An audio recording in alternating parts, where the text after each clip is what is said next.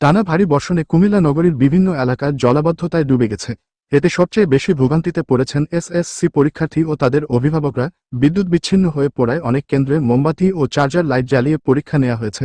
এমনকি পরীক্ষা কেন্দ্রে পানি ঢুকে যাওয়ায় শিক্ষার্থীদের হাঁটু পানিতে বসে এবং দাঁড়িয়ে কষ্ট করে পরীক্ষা দিতে হয়েছে। মঙ্গলবার 28 এপ্রিল সকাল থেকে দুপুর 12টা পর্যন্ত জেলায় 102 মিলিমিটার বৃষ্টিপাত রেকর্ড করা হয়েছে বলে জানিয়েছে আবহাওয়া অধিদপ্তর। টানা বৃষ্টির কারণে নগরীর আদালত সড়ক, মনোহরপুর, রেসকোর্স, মগবাড়ি চৌমুহনী সহ বিভিন্ন এলাকায় হাঁটু থেকে কোমর সমান পানি জমে যায়। এতে জনদুর্ভোগ চরমে পৌঁছায়। পানি ঢুকে যাওয়ায় অনেক বাসাবাড়ি ও ব্যবসা প্রতিষ্ঠানের ব্যাপক ক্ষয়ক্ষতি হয়েছে। বৃষ্টির কারণে নগরীর ঈশ্বর পাঠশালা স্কুলসহ বিভিন্ন পরীক্ষা কেন্দ্রে জলাবদ্ধতার সৃষ্টি হয়। এতে মারাত্মক ভোগান্তিতে পড়ে শিক্ষার্থীরা। শ্রেণীকক্ষে পানি ঢুকে যাওয়ায় অনেককে বেঞ্চের ওপর পা তুলে এবং দাঁড়িয়ে পরীক্ষা দিতে দেখা গেছে। বিদ্যুৎ না থাকায় অন্ধকার শ্রেণীকক্ষে মোমবাতির আলোয় পরীক্ষা দিতে বাধ্য হয় তারা।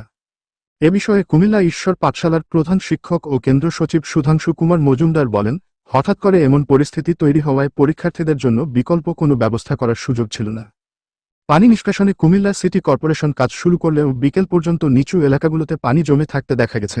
এছাড়া টানা বর্ষণ ও ঝড়ে জেলার বিভিন্ন উপজেলায় ফসল ও ঘরবাড়ির ক্ষতির আশঙ্কা করা হচ্ছে। সার্বিক বিষয়ে কুমিল্লা সদর উপজেলার নির্বাহী কর্মকর্তা ইউএনও ফাতেমা তুজ জোহরা সময় সংবাদকে বলেন, আজকে হঠাৎ করে এমন পরিস্থিতি তৈরি হয়েছে। সম্ভবত ফেনী এবং কুমিল্লায় মেঘ বিস্ফোরণ হয়েছে। এমন পরিস্থিতির জন্য কেউ প্রস্তুত ছিল না। আমরা সকাল থেকে জলাবদ্ধতা নিয়ে কাজ করেছি। তাছাড়া জলাবদ্ধতা নিরসনে কুমিল্লা সিটি কর্পোরেশন থেকে স্পেশাল টিম কাজ করেছে।